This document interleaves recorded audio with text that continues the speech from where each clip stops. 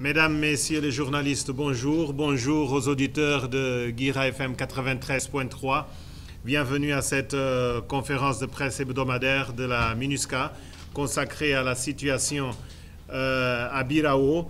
Nous avons avec nous la chef du bureau de la MINUSCA à Birao, Madame Irène Kouassi, ainsi que le commandant du contingent de la MINUSCA à Birao, le lieutenant-colonel Teddy Tembo, qui parleront de la situation, de ce qui se fait par la MINUSCA depuis le 1er septembre avec les premiers combats et ensuite les combats qui ont repris malheureusement samedi dernier, le 14 septembre. Nous commençons comme d'habitude par quelques images avec... Comme vous pouvez le voir sur cette image, une patrouille de la MINUSCA des Casques Bleus dans une rue de Birao. Birao qui a accueilli le jour des combats le commandant de la force de la MINUSCA. Il s'est entretenu avec des responsables locaux, le sultan, mais également l'imam. Il s'est rendu également dans le camp de déplacés pour rassurer les hommes, les femmes, les enfants de la présence de la MINUSCA. En même temps, nos collègues et moi-même vous parlerons d'autres initiatives qui sont menées, notamment pour la cohésion entre les communautés, les différentes communautés. Les combats de Birao ont mis à mal ce vivre ensemble et c'est un travail qui est fait par nos collègues sur place. Les autres activités concernent notamment la visite actuellement en RCA du conseiller police des Nations Unies, Luis Carrillo, avec un programme de rencontres avec les autorités, avec les FSI, mais aussi avec la MINUSCA. Un autre aspect, vous pouvez voir ici un casque bleu, c'était lors du début des épreuves physiques pour le recrutement des 1000 policiers et gendarmes, ces épreuves physiques qui se poursuivent jusqu'au 25. Notre collègue de la police, capitaine Gapier, pourra répondre à des questions au cas où vous souhaitez avoir des informations. Les patrouilles menées par la force au cours de cette période, avec des patrouilles avec les FACA, notamment dans le centre, dans l'est et dans l'ouest du pays. Les statistiques également des violations et abus des droits de l'homme, 18 incidents documentés par la MINUSCA pour un total de 22 victimes. Les préfectures les plus touchées sont au nombre de 4, Bamingui Bangoran, Ouakam, Bomou et Nana Gribizi. En bas, vous avez les groupes, l'FPRC, l'UPC, l'FRCMPC, ainsi que les anti-Balaka. Les agents de l'État sont responsables également de quelques abus et violations. Et enfin, quelques activités civiles-militaires de la force, la distribution d'eau potable à Bangui, une opération de salubrité du centre de santé d'Amadagaza, et puis des consultations médicales gratuites à Boar, Bokananga et Akwi. Plus de 251 patients ont été consultés et ont reçu des médicaments gratuits. Avant de passer la parole à nos collègues de Birao, quelques éléments depuis Bangui. Vous vous souvenez, la semaine dernière, j'étais avec le porte-parole du gouvernement au cours de la conférence de presse conjointe et aux journalistes et aux auditeurs de Radio Centrafrique, de Guira FM, j'avais fait part des efforts de la MINUSCA pour éviter un nouvel embrasement à Birao.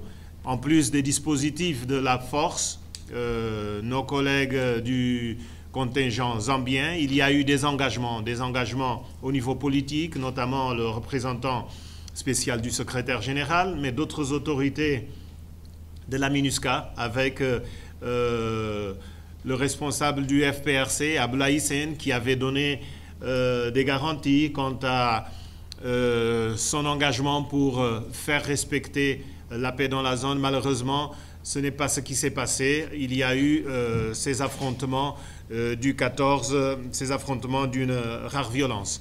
Parmi les mesures sur place, il y a eu ce déplacement du commandant de la force, le général Bala Keïta, qui s'est également rendu à Ndélé qui est proche de Birao, et on craignait également un soulèvement dans cette zone. Heureusement, tout s'est calmé. Mais à Birao, le commandant de la force a évalué la situation avec le contingent sur place, a rassuré les civils, notamment les déplacés, quant à la capacité de protection de la MINUSCA, et il s'est également entretenu avec des leaders.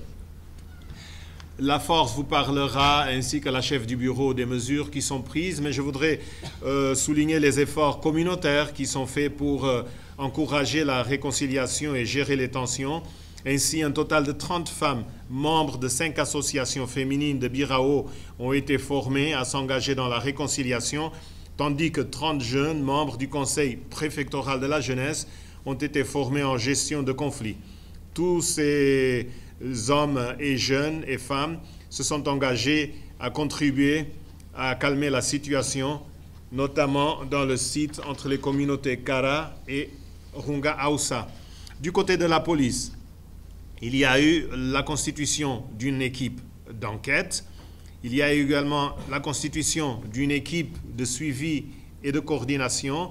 Malgré l'engagement du NPOL dans le processus de recrutement, quelques 80% des effectifs du NPOL participent à cet engagement.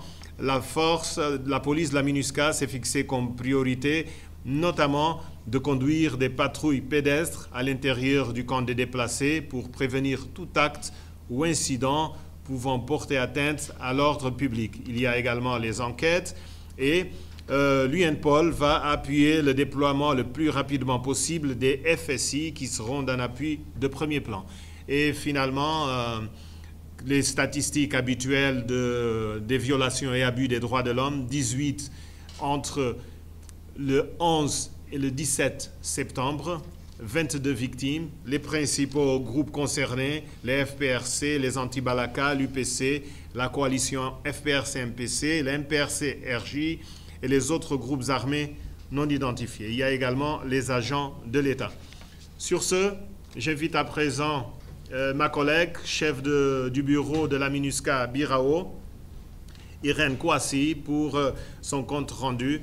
Ensuite, ce sera au tour du colonel Teddy Tembo. Nous avons ici avec nous un interprète, Charles Massamba, qui pourra traduire les propos de notre collègue anglophone. À vous, Birao. À vous, Irène. Merci, Vladimir, de me passer la parole. Bonjour, mesdames. Bonjour, messieurs les journalistes. Au niveau de Birao, nous avons 4 points à partager avec vous. Le premier point est relatif à la situation sécuritaire qui prévaut. Le second point est relatif aux actions entreprises par la MINUSCA.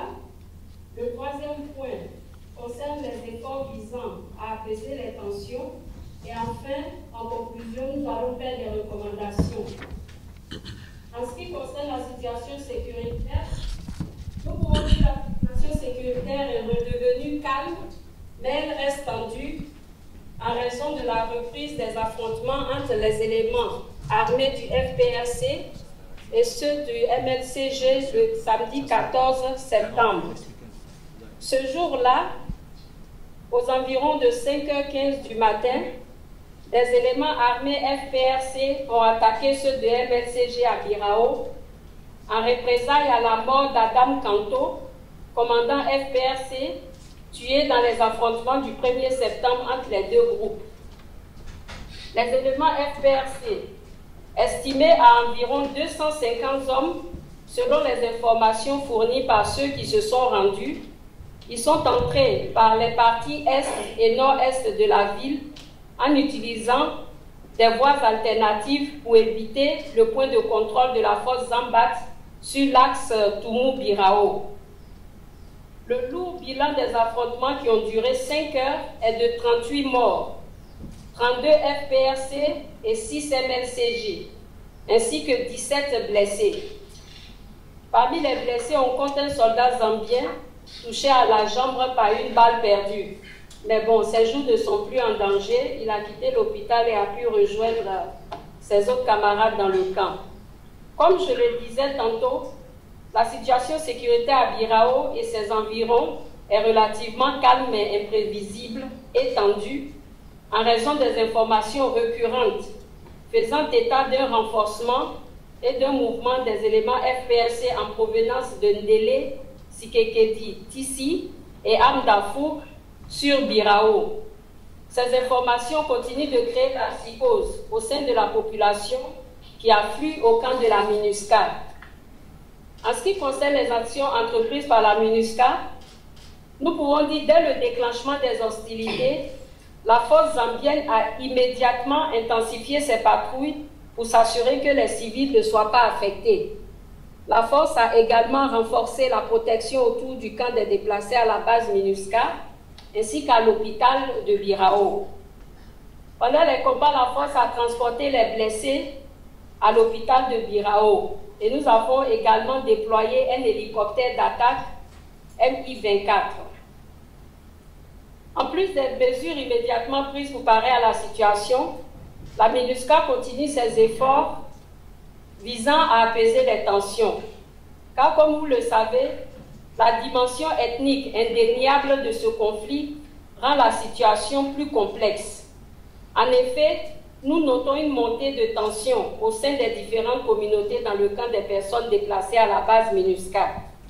Aussi, le bureau de terrain a intensifié ses efforts pour interagir quotidiennement avec les autorités locales, les leaders communautaires et religieux, les membres de la société civile, afin de mettre fin à la division intercommunautaire et bannir les discours de haine.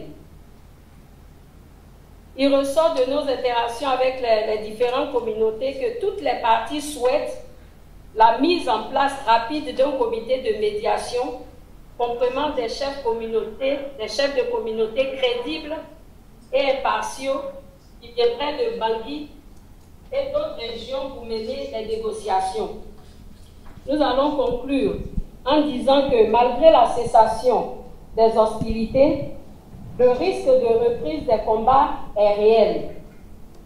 La MINUSCA, les garants de l'accord politique pour la paix et la réconciliation, et l'Union africaine, ainsi que la communauté économique des États de l'Afrique centrale, ont condamné à maintes reprises les violences et exigé la cessation des hostilités. Elles doivent également, nous recommandons la pression politique, militaire et judiciaire sur les auteurs de ces violences afin qu'ils répondent de leurs actes. Par ailleurs, le déploiement des FACA et des FSI à Birao, actuellement en discussion, pourrait également contribuer au renforcement de la sécurité dans la préfecture de la Bakaga. Voici les quelques points que nous avons voulu partager avec vous. Merci pour votre attention et à vous, M. Vladimir. Merci, Irène, chef du bureau de la MINUSCA à Birao. Je ne sais pas si le commandant du Zambat va intervenir maintenant ou attend les questions. Sinon, si c'est le cas, on peut passer tout de suite aux questions des journalistes.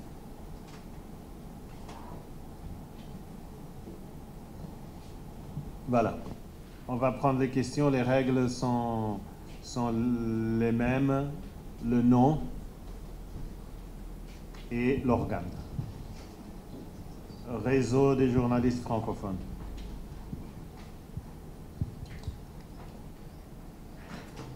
Bonjour, je suis Pascal Isidore Boutiné du réseau des journalistes francophones. J'ai deux préoccupations. MINUSCA headquarters leadership. I'm not seeing clearly, but I can see the SRSG, my force commander is also there, and the whole team there. Thank you so much for affording me this chance to sit in this conference. Thank you, Colonel. Notre collègue Charles Massamba va traduire les propos du commandant du contingent zambien de la MINUSCA à Birao. Oui, le commandant du contingent zambien à Birao vous remercie beaucoup de votre présence à la conférence hebdomadaire de la MINUSCA. la plupart des questions ont été mentionnées par la responsable du bureau de Birao. On compte les actions qui ont été menées depuis les introductions à Birao, qu'ils ont pu obtenir les attaques venant de l'extérieur à la destination de Birao. C'est-à-dire qu'ils ont réussi à boucler les zones pour essayer d'empêcher les attaques à destination de la population civile. Alors donc, les personnes déplacées internes autour du site de la MINUSCA et de l'hôpital aussi il y a des patrouilles qui ont amené à la sécurisation de ces personnes déplacées autour du site de la MINUSCA. Et donc, il y a eu aussi la mise en place d'un forum de discussion. Oui. Donc, parmi les actions et les initiatives qui ont été menées, ont été déjà signalées par la chef du bureau de la MINUSCA, et donc avec la collaboration de la force de contingent là-bas. Et donc, du coup, il a été conseillé de toujours maintenir les tactiques militaires pour empêcher des infiltrations des éléments qui convergent vers Birao dans tous les sens. Voilà. Et donc, voilà. Oui, donc aussi les camps des déplacés ont été aussi sécurisés. Donc voilà en quelques points le résumé des activités qui ont été menées et qui ont été déjà détaillées par la chef de bureau. Si vous avez des questions, je suis à votre disposition. Il a ajouté que le commandant du secteur de la force de la MINUSCA vient d'arriver également à Birao. C'est le monsieur qui est assis à droite de la chef de bureau, justement pour renforcer les instructions qui ont été données par le commandant de la force, c'est-à-dire empêcher, comme l'a dit mon collègue, le renforcement des groupes armés, permettre à terme le retour des déplacés chez eux. Nous allons prendre les questions. Il y a le réseau des journalistes francophones. Le Miroir.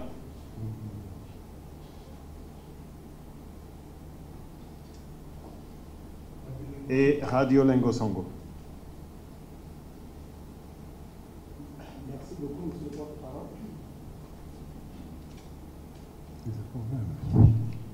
Merci beaucoup, monsieur le porte-parole. Je disais tantôt que je suis Pascal Izo-Boutini du réseau des journalistes francophones. J'ai deux préoccupations vers Birao. La première préoccupation, ça concerne le nombre de morts. Vous avez parlé de 38 morts. Est-ce que c'est le bilan exact ou c'est un bilan provisoire? Et je voulais savoir également, passer par la voie du forum, est-ce que c'est la meilleure solution, ou soit traquer ceux qui sont à l'origine de tout ce qui se passe à Birao? Et la toute dernière préoccupation, monsieur le porte-parole, nous revenons du voyage de presse à Kaka-Bandoro. Aujourd'hui, les populations de Kaka-Bandoro réclament la présence de FSI, les forces de sécurité intérieure. Est-ce que déjà les dispositions sont prises pour leur logement à Kaka-Bandoro? Je vous remercie. Le Miroir. Merci. Je suis Landry Makokpala, je représente le journal Le Miroir. Je voudrais tout d'abord remercier Madame le chef de bureau de la MINUSCA de Birao de nous avoir brossé en quelques mots la situation sécuritaire à Birao. J'ai des petites préoccupations. Et dans son propos, j'ai suivi, elle a parlé d'un risque de reprise de combat. J'aimerais savoir quelles sont les dispositions prises par la MINUSCA. Deuxièmement, qu'est-ce qui a été à l'origine de cette hostilité à Birao? Merci. Et finalement, Radio Lingosongo.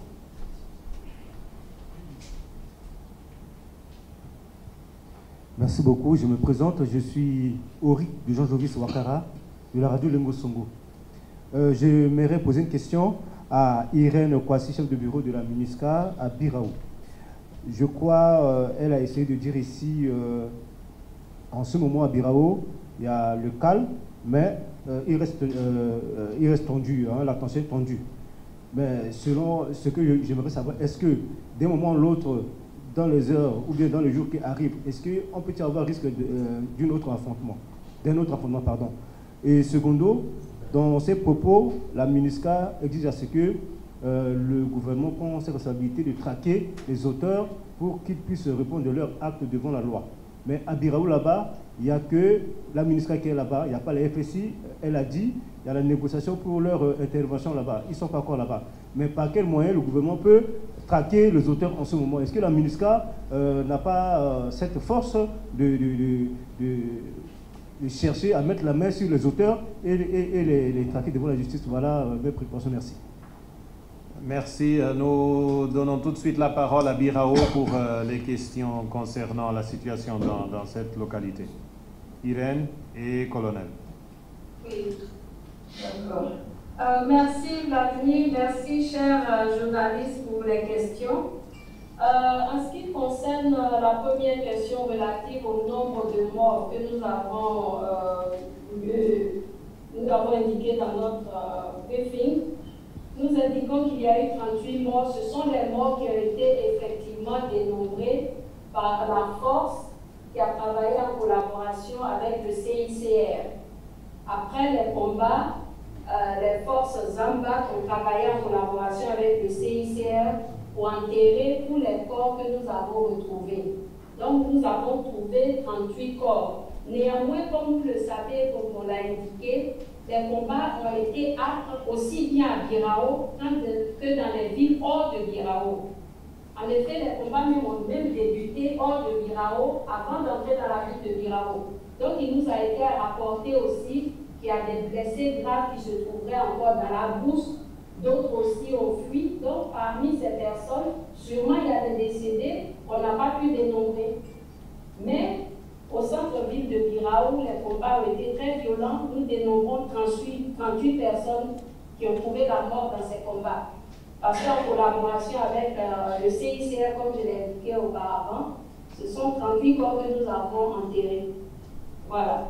En ce qui concerne les dispositions prises pour éviter une reprise des hostilités, je vais passer la parole au commandant Zambat, qui a déjà, dans son briefing, indiqué les mesures qui ont été prises et les instructions reçues de la hiérarchie militaire pour pouvoir parer à tout mouvement d'éléments armés sur Birao. Donc, je passe la parole au commandant Zambat, qui va vous donner un éclaircissement sur les différentes mesures qui ont été prises pour parer à une reprise des combats à Birao.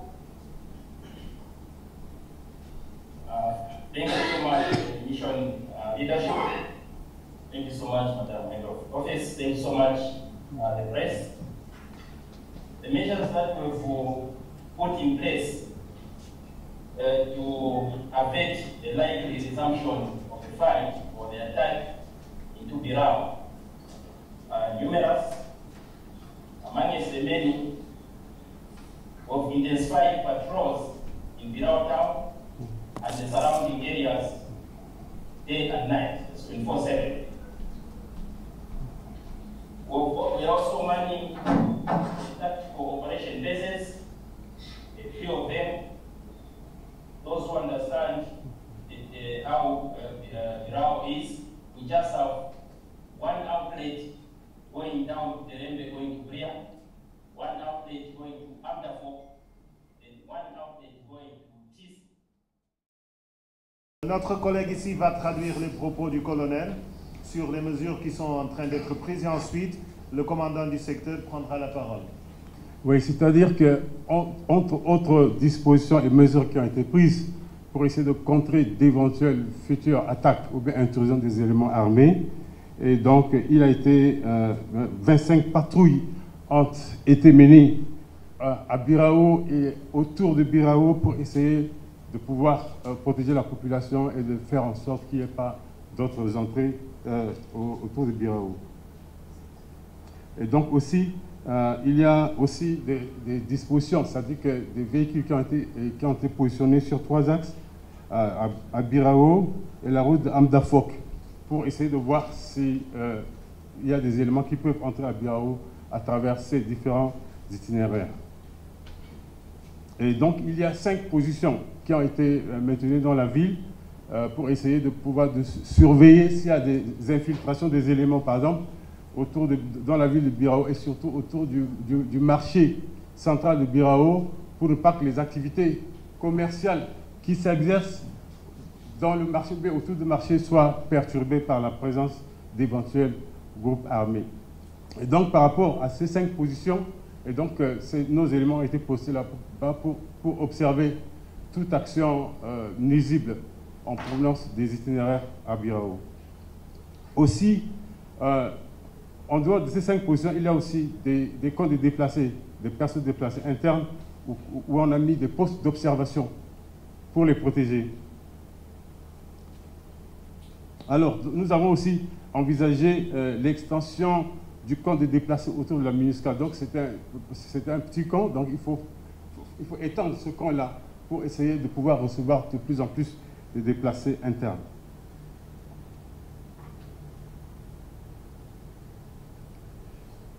Il y a aussi, entre autres actions, les représentants des différents groupes armés qui sont à Birao.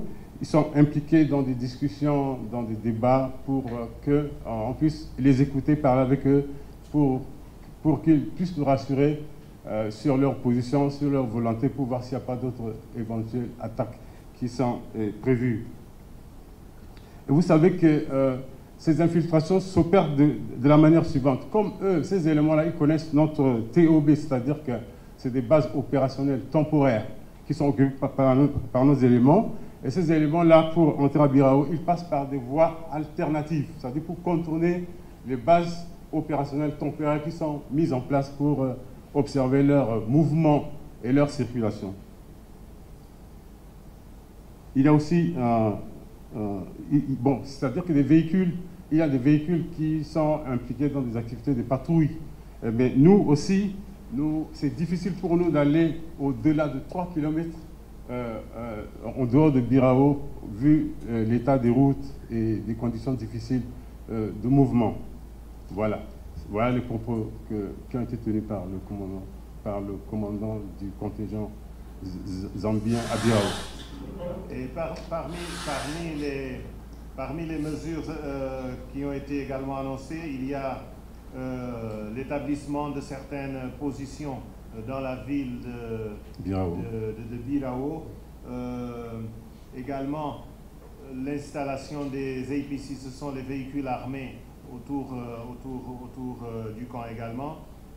Il a parlé des difficultés qui ne permettent pas d'aller au-delà, comme l'a dit le collègue, d'une trentaine de kilomètres, mais il y a des patrouilles qui sont menées 24 heures sur 24 et tous les jours de la semaine. Et il a fait part de l'engagement total de nos collègues de la force. Le commandant du secteur, you have the floor, sir. Thank you very much, the press. Thank you very much, Al-Kabir. I think it was very much required that we should reach out to the press as they are the ears and eyes of the public. So taking this opportunity, I would just respond to what have been asked as to what are the measures which are taken so that this clash doesn't resurface. Most of the things have already been highlighted by Commander Zambad, though it would be premature to tell the details of the technical level, as these can help those perpetrators who want to come inside the town. Thank you very much. We had to go to see Sultan. Just a quick addition on the political level. Par rapport aux propos du commandant du secteur, il vous remercie beaucoup de votre participation et surtout la presse. Il y a, comme l'a signalé le commandant du contingent zambien, il a déjà répondu à l'essentiel des préoccupations. Donc il y a aussi par rapport aux mesures politiques, il y a le commandant de la force qui met la pression sur le groupe FPRC de ne pas reprendre les affrontements. Et donc, par rapport à la MINUSCA, par rapport au mandat de la MINUSCA, nous sommes tenus de pouvoir assurer la protection des civils, quoi qu'il arrive. Et donc, par rapport aux affrontements, on n'a pas dénombré beaucoup de victimes civiles. Peut-être une victime civile a été enregistrée. Il y a aussi des patrouilles pédestres qui sont organisées dans la ville de Birao et autour de la ville de Birao pour toujours continuer la dissuasion possible. Et au niveau politique, donc le sultan de Birao, et nous sommes toujours en communication avec le sultan de Birao, et surtout le commandant de la force utilise ses prérogatives au niveau politique pour toujours essayer d'interagir avec le commandant, avec le sultan de Birao sur place.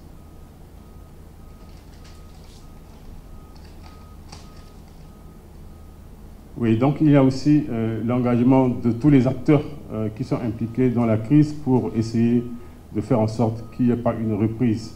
Et aussi les populations civiles qui sont déplacées, nous les rassurons de ne pas avoir peur, de pouvoir toujours espérer, de toujours vaquer à leurs occupations quotidiennes. Et nous sommes là pour essayer d'assurer leur protection et nous les mettons en confiance pour essayer de les encourager à reprendre leurs activités et de manière progressive. Et donc, nous leur parlons aussi que la situation à Birao sur place, comme avaient dit mes prédécesseurs, ça se normalise petit à petit, mais ça reste imprévisible, mais des actions continuent toujours à se faire dans ce sens. Voilà les propos qui ont été tenus par le commandant de secteur. Juste pour renforcer, selon le commandant de secteur, il n'y a aucun risque de tuerie de masse à Birao, compte tenu justement de la présence de la force. Et s'il y a eu un nombre extrêmement réduit, une victime, c'est déjà beaucoup, mais une victime, c'est parce que la force a pris des mesures. Les patrouilles pédestres sont menées là où justement les véhicules blindés ne peuvent pas y aller. C'était également un appel du commandant de secteur pour rassurer l'opinion publique à travers la presse sur les mesures prises par la MINUSCA pour que de nouveaux combats ne reprennent dans la ville, en plus des engagements politiques dont a parlé notre collègue sur place. Il y a également ces engagements dont il a fait mention entre le SARSJ d'une part, le FC d'autre part, avec le FPRC pour ne pas lancer de nouvelles attaques. De leur côté, le chef de bureau, le Zambat font tout pour normaliser la situation. Et l'autre appel fait à travers la presse est dirigé aux personnes déplacées pour qu'elles retournent chez eux. La situation est en train de s'améliorer et que la force assurera leur protection une fois de retour chez eux. Il y avait une question concernant les FSI. Est-ce que des dispositions sont prises pour le déploiement de FSI à Kagabandoro, notamment des conditions logistiques? Et notre collègue de la police, le porte-parole, colonel Franck Niapier, va répondre à notre collègue du réseau francophone. Oui, effectivement, Vladimir. Bonjour à tous. Effectivement, des dispositions sont prises et comme Vladimir vient de le mentionner, c'est surtout des dispositions au niveau logistique pour permettre à ces FSI qui doivent y être déployés de pouvoir déjà se loger, pouvoir avoir du matériel de travail pour pouvoir effectivement travailler. Et il y a également la désignation de ces FSI qui doivent partir, mais il est prévu, c'est notre politique, de leur apporter un appui en termes de formation pour leur permettre de pouvoir être efficaces sur le terrain. Donc il y a tout un ensemble de dispositifs que nous sommes en train de prendre pour permettre à ces FSI-là d'être déployés dans les plus brefs délais à Kagabandoro. Nous allons prendre d'autres questions. Radion de oui. Oui, Reine. Oui, Vladimir. Oui. Il y a deux autres questions qui nous avaient été posées, à savoir l'origine du conflit et si les auteurs seraient poursuivis, si j'ai bien compris. Si, en ce qui concerne l'origine en ce qui concerne l'origine du conflit, il faut dire que ce conflit remonte au 14 et 15 janvier, suite aux affrontements entre le MNCJ et le FPRC à Homme-Darfour. Et après ce conflit, une équipe de médiation a été mise sur pied à Birao afin de trouver une solution pacifique aux différends qui opposaient les deux groupes. Une solution pacifique a été trouvée et l'équipe du FPRC qui était arrivée, les éléments armés, après la résolution du conflit, devait repartir sur Homme-Darfour comme convenu avec les autorités locales. Néanmoins, ils ont évoqué l'état de dégradement très avancé des voies, ne leur permettant pas de retourner. Donc, il y a eu des négociations et des discussions qu'ils puissent rester temporairement à Birao jusqu'à la fin de la saison des pluies en octobre, mais néanmoins qu'ils respectent le principe de non-port d'armes et d'uniforme à Birao. Ce message a été transmis au général Andre Drif Kanto et à ses hommes qui ont persisté dans la provocation et puis, les actes de barbarie à l'encontre de certains membres de la communauté, ce qui a fini par exacerber la population. La goutte d'eau qui a débordé le vase a été la tuerie du fils du sultan le 29 août, qui a créé ces tensions qui ont conduit à l'éclatement des conflits entre les deux groupes armés le premier. Après cela encore, des discussions avaient été menées, on a rencontré les autorités locales afin d'apaiser la situation. Mais malheureusement, les éléments FPRC avaient clairement indiqué leur intention de venger la mort du général qui avait été tué dans le conflit du premier. Donc, comme on vous avait dit au début, l'attaque du 14 a été perpétrée en représailles, en quelque sorte, à la mort du général Kanto. Concernant la question relative à savoir si les auteurs seront poursuivis, présentement la MINUSCA a dépêché une équipe d'enquête sur le terrain, composée de UNPOL et des différentes sections qui sont présentement ici, qui écoutent les parties, qui font des auditions, et on voudrait vous rassurer que les auteurs de ces actes-là devront répondre devant la justice. Il y a une équipe d'enquête qui est là, elle procède aux auditions, et puis la conclusion des rapports sera faite et puis les conséquences seront tirées. Voilà. Merci beaucoup. Merci beaucoup. Voici les quelques éléments de réponse qu'on pouvait apporter à ces deux questions. Merci Vladimir. Merci Radio Ndeke Luka, l'arbre qui parle. L'arbre qui parle. Bon, comme le microphone est à côté. Merci. Merci, je suis Nathan du journal L'Arbre qui parle. Ma première préoccupation, c'est d'abord à Madame Irène Kouassi, chef de bureau de la MINUSCA de Birao. Les informations qui sont à notre possession nous signalent qu'on a arrêté 5 éléments FPRC et remis à la MINUSCA, dont il y a 2 Tchadiens. Vous confirmez cette information, Madame Irène Kouassi? Maintenant, monsieur le porte-parole. Attendez toutes les questions, ensuite on répondra.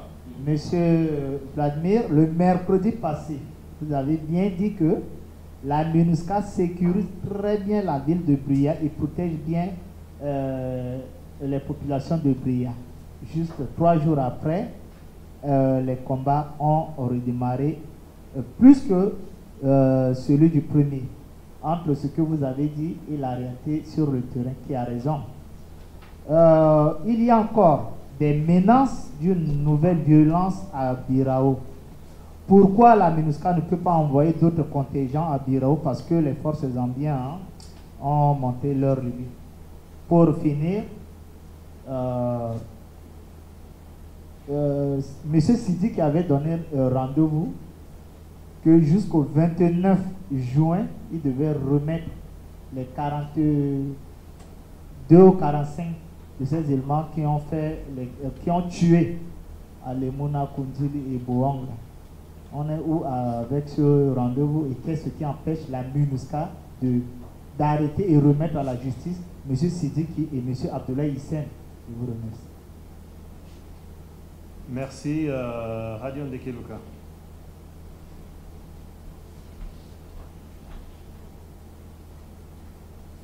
Merci, je suis Jean Bagali. Je m'adresse à vous, M. Porte-Parole. Je commence d'abord par la situation humanitaire.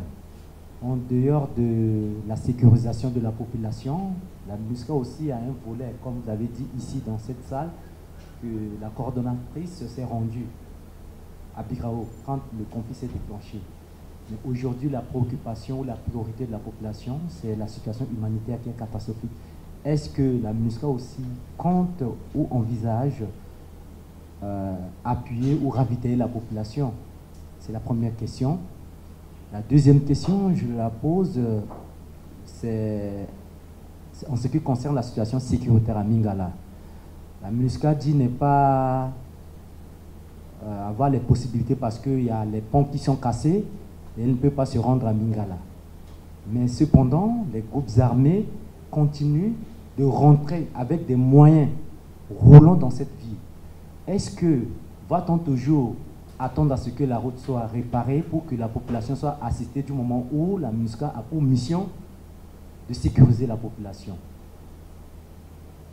La troisième question, les éléments, parce que vous avez dit sur nos zones que vous avez intercepté ou stoppé les éléments de Al-Kachin qui voulaient se rendre à Ndélé. Où en sommes-nous avec cette situation et à quand aujourd'hui les sanctions vont tomber? Merci, parce que jusqu'alors les choses ne sont pas clarifiées, mais jusqu'alors les sanctions vont tomber. Merci. Merci beaucoup. Avant de passer la parole à Birao, je voudrais dire par rapport à la situation humanitaire dans cette ville, la représentante spéciale adjointe sera à la conférence de presse la semaine prochaine. Elle pourra donner toutes les informations puisqu'elle a également ce volet humanitaire. L'appui de la MINUSCA, comme je l'ai dit, du côté humanitaire, c'est de s'assurer d'un point de vue sécuritaire que les acteurs humanitaires puissent travailler sans difficulté. C'est ce qui se passe. Mais sur l'aide, le type d'aide, ce qui est distribué, notre collègue vous donnera toutes les informations possibles. Il se peut qu'il y ait eu des activités d'appui aux populations par Zambat, mais ce n'était pas de l'action humanitaire, c'était juste une aide, mais ma collègue pourra vous donner toutes les informations. Mais pour ce qui est de l'action humanitaire, l'appui humanitaire, attendons les collègues de ce secteur qui ont toutes les informations pour interagir avec vous. D'abord, Birao. Sur les questions qui ont été posées. Merci, voilà. chers collègues. Merci, chers collègues, de me donner l'opportunité d'expliquer un certain nombre de choses. En ce qui concerne la question sur l'arrestation de 5 éléments FPRC par la MINUSCA, je voudrais être clair et signifier que la MINUSCA à Birao n'a arrêté aucun élément FPRC. C'est lors de la visite du Force Commander qui a tenu à rendre une visite de courtoisie au Sultan. Lorsque nous sommes partis, nous avons retrouvé ces éléments, ces 5 éléments FPRC blessés dans la cour du Sultan. Ils y étaient et c'est le Sultan qui nous les a présentés comme prisonniers FPRC dans sa cour. Mais néanmoins qu'ils étaient blessés et sur instruction du Force Commander, ces personnes blessées ont été acheminées à vue d'être traitées à l'hôpital de Birao, où ils y sont présentement. Donc, la MINUSCA n'a arrêté aucun élément FPRC. Ce sont des blessés que nous avions trouvés chez le sultan et d'un commun accord et sur instruction du FC, nous avons accompagné, pris ces blessés, nous les avons amenés à l'hôpital de Birao où ils reçoivent présentement les soins médicaux. Merci. Merci. Merci beaucoup. Une série de questions. Concernant Mingala, nous n'avons pas pu, comme nous l'avons toujours dit, y aller. Ce n'est pas la première fois. C'était également le cas dans la zone, à Zangba, où malgré tous les efforts de la force, malgré toutes les tentatives, nous ne sommes pas parvenus parce que les routes sont mauvaises. Vous dites que les groupes armés parviennent à se déplacer. Ils ne se déplacent pas en blindé comme c'est le cas de la MINUSCA. On a même essayé, au lieu d'amener des blindés à Mingala, il y a quelques jours, on a pris un autre type de véhicules, les Hammer. Ceux-là non plus ne sont pas parvenus. Donc on a dû survoler cette localité à 5 reprises. Et la situation a montré que les risques de menaces sur la population civile n'existaient pas. Il y a eu des affrontements entre Antibalaka et éléments de l'UPC qui se sont arrêtés, mais il n'y avait pas de menace. Mais nous continuons à étudier toutes les options, y compris celles qui consistent effectivement à travailler sur l'état des routes. Mais vous savez qu'on est aussi en saison de pluie, ce qui rend certains travaux difficilement réalisables. Mais nous voulons rassurer la population. Il y a eu beaucoup d'écrits concernant la situation à Mingala. Elle n'est pas ignorée. Elle mérite l'attention de la force, mais pour des raisons qui existent dans cette zone, mais qui existent également ailleurs, nous n'avons pas pu y accéder. Nous avons essayé depuis à Lindao également, impossible. Concernant les éléments du MPC qui avaient été sommés de retourner vers Kagabandoro, d'où ils étaient partis, ils sont de nouveau à Kagabandoro. Cela montre également que les efforts de la force portent. Et je voudrais donner un autre exemple ailleurs. Une mission vient de rentrer de la zone de Pawa, où était menée l'opération Bedogo. Vous vous souvenez, à un moment, les hommes de Bahar et d'autres éléments armés avaient créé une certaine instabilité. L'intervention de la force dans le cadre de cette opération Bedogo a permis le retour des personnes. Elles vaquent à nouveau à leurs occupations. La frontière tchadienne qui avait été fermée parce qu'il y avait insécurité est de nouveau ouverte. C'est une preuve du travail, de l'intervention avec robustesse de la force de la MINUSCA. Le 3R Sidiki, voilà encore un point sur lequel les garants et facilitateurs avaient déjà discuté à Bangui lors de la réunion de consultation. Ils continuent à engager ce responsable pour qu'il respecte ses engagements. Il y a quelques jours, le 3R accusait la MINUSCA.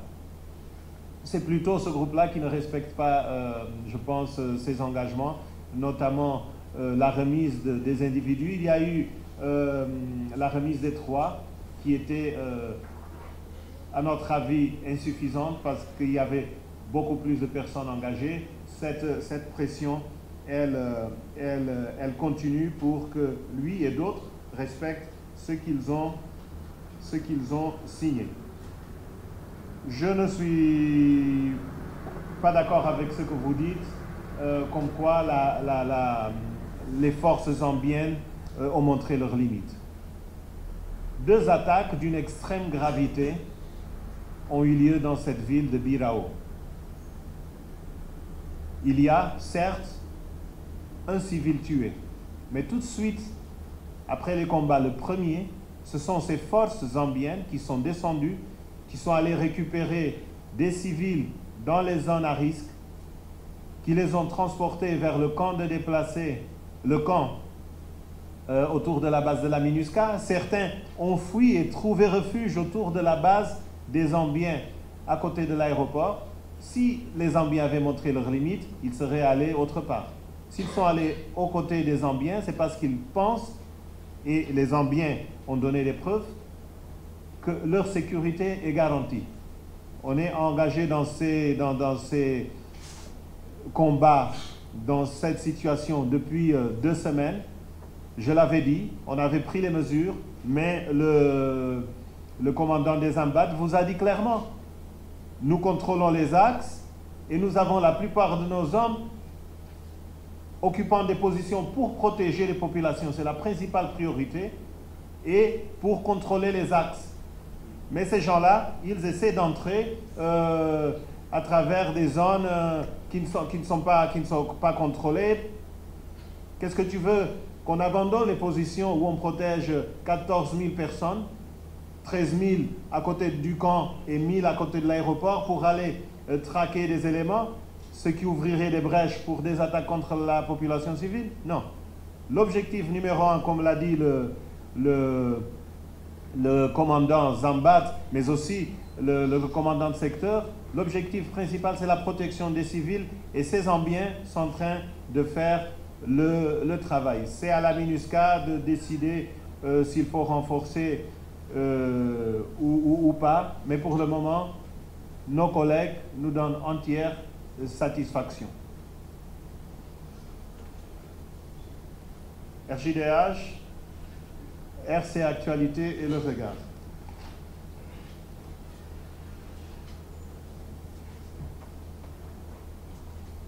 Allez-y. Merci, Monsieur Vladimir. Une question vous a été posée juste après la réunion du 23 et du 24 sur ce qui a été dit lors de cette rencontre. Sauf si je ne suis pas bien informé, je n'ai pas encore les réponses à cette question. Vous nous avez dit que dans les jours à venir, on aura un communiqué de la part de l'Union africaine. Aujourd'hui, ce communiqué-là n'est pas rendu public sur ce qui a été dit concernant l'article 35 qui devait infliger des sanctions spécifiques aux groupes armés qui réfractaires. Aujourd'hui, si on prend ce qui a été dit par le représentant spécial des Nations Unies en RCA, M. Monker Ndiaye, lors de cette rencontre, et les violations, vu les agitations de FPRC, on se rend compte qu'ils sont en train de défier tout ce qui a été dit. Au niveau de la MINUSCA, qu'est-ce que vous allez faire concrètement avec ces groupes armés qui continuent de violer l'accord de paix où on a mis beaucoup d'énergie pour en arriver là? Merci. RC Actualité.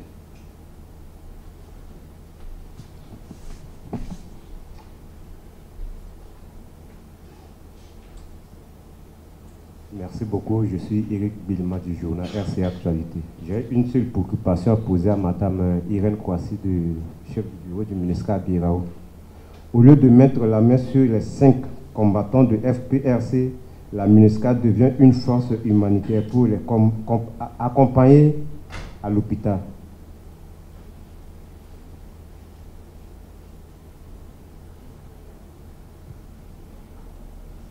Oui, et Le Regard.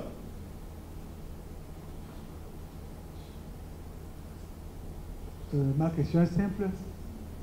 Je voudrais savoir pourquoi la MINUSCA ne s'intéresse pas beaucoup à l'armée FACA.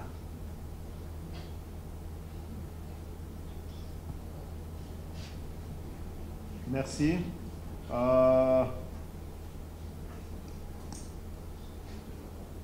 Je demanderai à ma collègue pour la question concernant Birao sur l'attitude de la force. Mais je voulais dire qu'il y a des règles, même en combat, il y a des règles. Je crois que c'est la Convention de Genève qui parle de ça.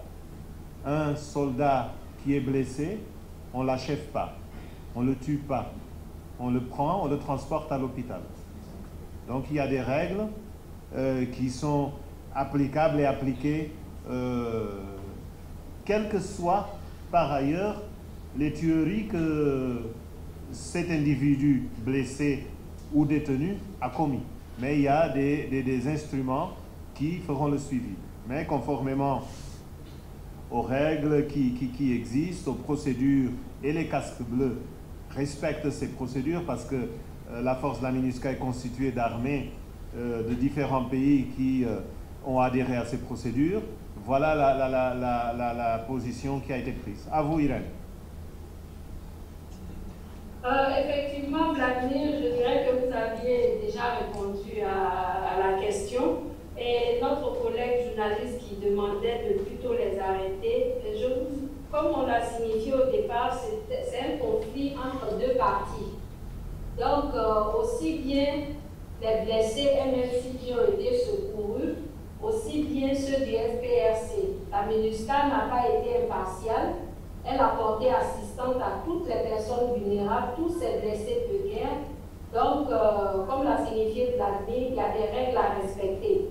Ceux-ci étant également des blessés de guerre, au même titre que ceux du FNCJ, ont été également bénéficié de l'assistance de la MINUSCA afin de se rendre à l'hôpital de Birao pour les traitements médicaux. Donc voilà un peu, comme l'a répondu Vladimir, je dirais qu'il a déjà répondu à la question. Merci. Et puisque la MINUSCA, comme l'a dit notre collègue, a également aidé la Croix-Rouge à ramasser les corps, vous allez nous accuser d'être des croquements, je suppose. Non. Vous avez imaginé les conséquences sanitaires que constituerait l'abandon de ces corps dans la ville de Birao. Il y a des règles, je pense, et encore une fois, l'impartialité de la MINUSCA, elle est totale. Contrairement d'ailleurs à ce qui s'est dit la semaine dernière dans 6 journaux de la place, un article qui nous accusait d'impartialité, d'être aux ordres d'un membre du Conseil de sécurité. Je crois que, et là je réponds à la question du RJDH sur ce qu'on fera par rapport aux groupes armés, il y a une impartialité. Vous avez demandé qu'est-ce qu'on fait par rapport à ceux qui ne respectent pas les engagements dans l'accord de paix. L'accord de paix dit aux groupes armés de ne pas se déplacer sans l'autorisation des CEMOP ou de la MINUSCA. Il y a quelques jours, une centaine d'hommes du MPC avaient quitté Kagabandoro pour Bamindi. Aucune note autorisée par les CEMOP ou la MINUSCA. Qu'est-ce que la MINUSCA a fait? Elle a intimé l'ordre à cette colonne de rebrousser chemin. Voilà ce qu'on fait. On n'a pas utilisé la force, on n'a pas tiré, mais le message était ferme, le message était clair. Et il y a eu un impact, il y a eu un résultat. Et ceci pour vous dire que ce n'est pas toujours que vous verrez la MINUSCA utiliser la force. Mais lorsqu'il s'agit de le faire, et les collègues qui ont demandé à ce groupe d'arrêter étaient prêts à le faire. Mais le message a porté, et c'est ce qu'il faut retenir. Voilà comment on agit par rapport à ces groupes armés. La MINUSCA semble ne pas s'intéresser au FACA du tout. Monsieur le directeur de publication du journal Le Regard, la MINUSCA travaille avec les FACA dans la formation. C'est écrit dans la résolution. Elle coordonne les activités de tous les partenaires qui sont impliqués dans la formation des FACA et la réforme du secteur de défense et de sécurité. Elle travaille sur le terrain avec des patrouilles. Tout à l'heure, on a montré les patrouilles qui ont eu au cours de la semaine écoulée, avec les FACA au centre, à l'est et à l'ouest de la République centrafricaine. Il y a un travail de concertation qui est fait avec le commandant de la force et l'état-major. Et, comme l'a dit notre collègue Irène, il y a des discussions qui sont en cours pour que les FACA soient appuyés en vue de leur déploiement à Birao, comme c'est déjà le cas dans d'autres zones où nous travaillons ensemble, Pawa, Bangassou, etc. Non, nous appuyons les FACA comme nous appuyons également les FSI. Dernière question, Khadion Dekeluka. Je n'ai pas encore. S'il vous plaît, vous n'avez pas répondu à ma question concernant à quand les sanctions vont tomber. Et je reviens sur la position de Sidiki. Est-ce que le processus de démobilisation continue avec sa décision de jeter le tablier? Est-ce que ça continue? Écoutez, concernant Sidiki et sa démission, il a présenté sa démission concernant une fonction de conseiller. Mais je crois savoir que dans sa communication qui a été transmise, il n'a pas dit non, il n'a pas rejeté l'accord de paix. Donc c'est toujours dans ce cadre de l'accord qu'il y a ces messages forts qui lui sont adressés. Dans le cadre de l'accord, mais aussi dans le cadre de la MINUSCA, à travers un mandat que nous avons. Nos collègues qui sont dans cette zone dans l'Ouampende, qui sont dans cette zone, dans ces villes que sont Berberati, que sont Bouar et qui contrôlent un peu, et Bossangoa également, qui contrôlent un peu Pawa, sont en contact avec lui et ses hommes pour que ces mouvements soient restreints et qu'il n'y ait pas de menace sur la population. Donc nous avons deux leviers, celui de l'accord, mais nous avons également notre levier, celui du mandat qui nous permet d'agir d'une ou d'une autre manière. C'est à nous de décider en fonction des menaces sur la population civile. Pour ce qui est des sanctions, c'est toujours dans cette phase de discussion entre les partenaires impliqués dans la mise en œuvre de l'accord. L'accord prévoit des sanctions, mais jusqu'à présent, on n'a pas encore défini cela. Cela devrait se faire très rapidement. Un dernier point, vous aviez dit, en citant le représentant spécial du secrétaire général, qu'il aurait dit parler d'un avant et d'un après. L'après, c'est par exemple le cas de la mesure robuste, forte concernant la MPC. C'est le cas de la réponse de nos collègues zambiens à Birao. Mais petit à petit, je pense que nous parviendrons à changer la donne. La période a été extrêmement difficile avec ces violences par des groupes signataires, la FPRC, la MLCJ. Il y a eu auparavant 3R dans la zone de Pawa. Il y a eu la FDPC, mais les efforts continuent et l'engagement de la MINUSCA, des partenaires, reste ferme.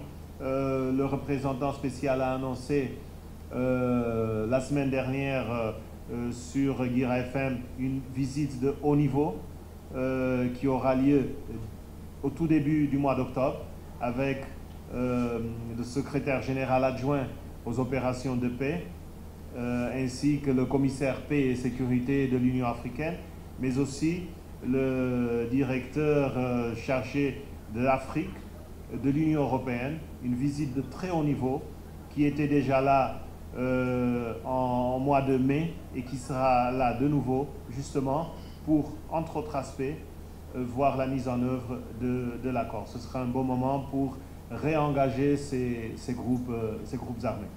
Encore une fois, merci Birao. Un dernier mot à vous avant de clôturer cette conférence de presse. Un dernier mot de votre part. Merci Vladimir, merci chers journalistes de nous avoir donné l'opportunité de porter à votre connaissance la situation qui prévoit à Birao, et je souhaiterais que dans la presse écrite de façon objective, nous reflectons ce qui se passe exactement sur le terrain. Cette réunion nous a permis de clarifier certains points que j'espère nous permettront d'avancer, de travailler ensemble pour pouvoir apaiser la situation à Birao. Merci. Merci, Madame la chef de bureau. Merci aux ambats, au colonel Tembo et à tous ces hommes pour le travail qui est mené sur place. Merci à nos collègues de la composante civile, mais également de la composante police qui mène actuellement les enquêtes sur place. Merci, mesdames, messieurs les journalistes, et merci à ceux qui nous ont suivis.